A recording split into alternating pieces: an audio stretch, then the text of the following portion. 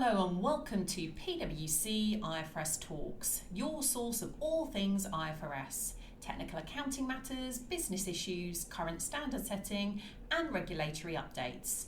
I'm your host, Ruth Preedy. In today's episode, it's a packed studio. I'm joined by a couple of new faces, and the lovely Jessica Teray is back with us, UK partner. So my new faces are Catherine Lacoz, who is the leading our IFRS 9 for insurers proposition, and I've also got UK Senior Manager Richard Goodman. So welcome, Catherine, Jessica, and Richard. It's so busy in here. And the title of our podcast today, get excited. I feel like it's a drum roll. It's IFRS 9 for insurers. Woo-hoo!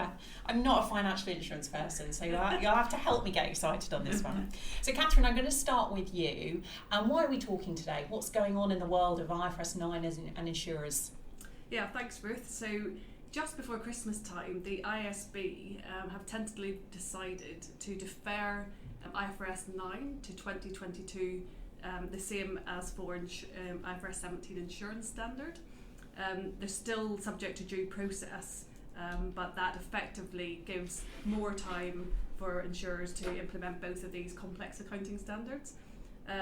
Up to date, from what we've seen in the market, not that many insurers have done much in IFRS 9. The big focus has been on IFRS 17 and all the challenges they have with that. So that's definitely one area we want to bring to the fore and to think about going forward. Okay, perfect. So it was 2021, yes, and now we've got a little bit extra year to think about how those two standards come in. Yes. So Jessica, most people would think 2022. I feel like that's a long way off. I've not got my 5-year career plan yet. Why do people need to start thinking about it now? Well, Ruth, because IFRS 9 introduces such significant measurement changes for financial instruments, which of course is what most insurers hold to back their insurance liabilities, they really need to start thinking about it now. And it's because there's so many options and choices within IFRS 9 and IFRS 17 in terms of how you measure things and whether you take changes in discount rates to OCI or whether you're going to have them in the P&L. So things like that, they should really start thinking about now. In addition, of course, if you are electing to defer IFRS 9 until you have to do the insurance standard, there is, of course, for 2018 financial statements, extra disclosures that are required. There's always disclosures when there's an exception to the rule, right? And we'll come on to explain what those additional disclosures are, but it's really important for clients to start thinking about and make sure that they include those disclosures in the financial statements to the extent they have them. And in particular, things like, if they have a big available for sale portfolio currently, or if they have assets that are currently at amortized cost, they'll really need to do a business model and a solely payments of principal and interest test to understand whether those instruments would necessarily be fair valued under 9 or whether they could continue on measuring those methods. The other thing is it's really just it's better to try and link the operational and financial implications together at the same time, so that way you kind of understand how they all interact and interplay.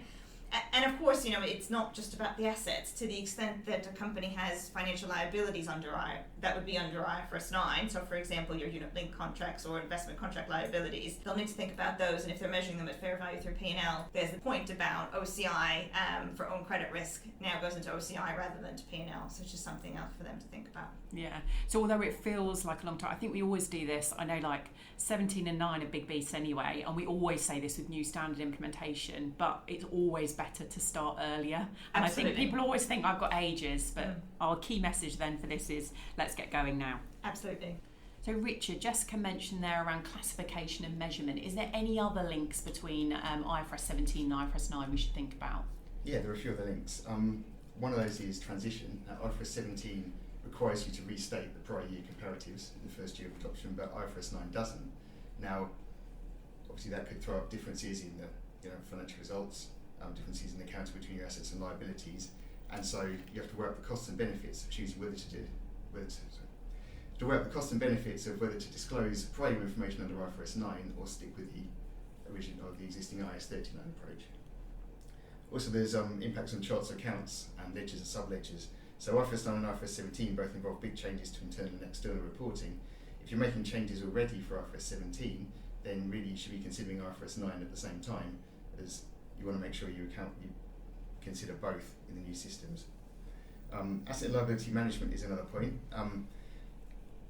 Do investment portfolios need to be aligned with IFRS 17 portfolios more closely, because IFRS 17 involves calculations a much greater level of detail, and so to avoid those accounting mismatches, you may need to readjust IFRS 9 asset portfolios under IFRS 9. Data requirements are also important. Impairment calculations under IFRS 9, if you're required to do them, involve a huge amount of extra data. Given that IFRS 17 also involves a lot of extra data in the calculations, new data solutions should be developed to meet the requirements of both standards. And then finally, the reporting timetable is a key point to consider. What's the most efficient way to fit the requirements of IFRS 17 and IFRS 9 into your monthly, quarterly, year-end reporting process?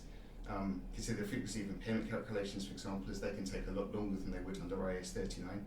And also, consider your reporting timetable has already been stretched by the more complex IFRS 17 modelling. Yeah.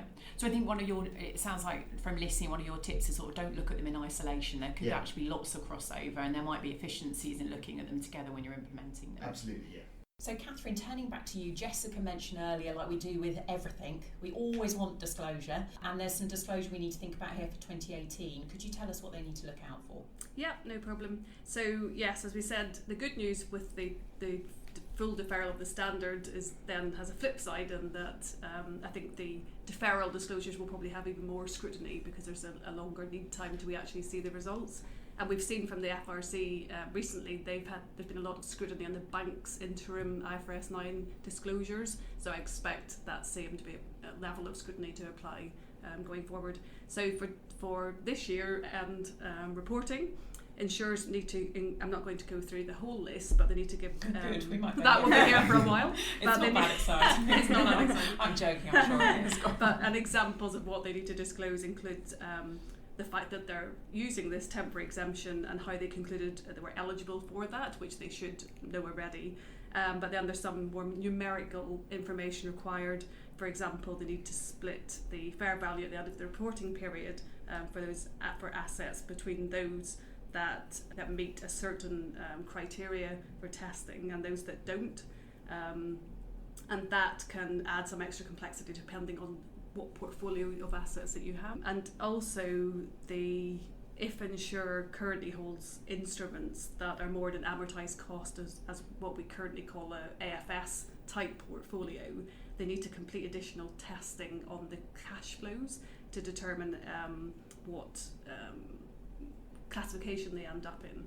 So it really depends on your portfolio of assets, the extent of the work that needs to be done to provide information for these disclosures. One thing I would say is that we are preparing a template. Although it's probably not very long, the disclosures, we're putting together a template to come out in a publication that we hope to issue soon. So that will give some help and guidance just in terms of what it looks like in that.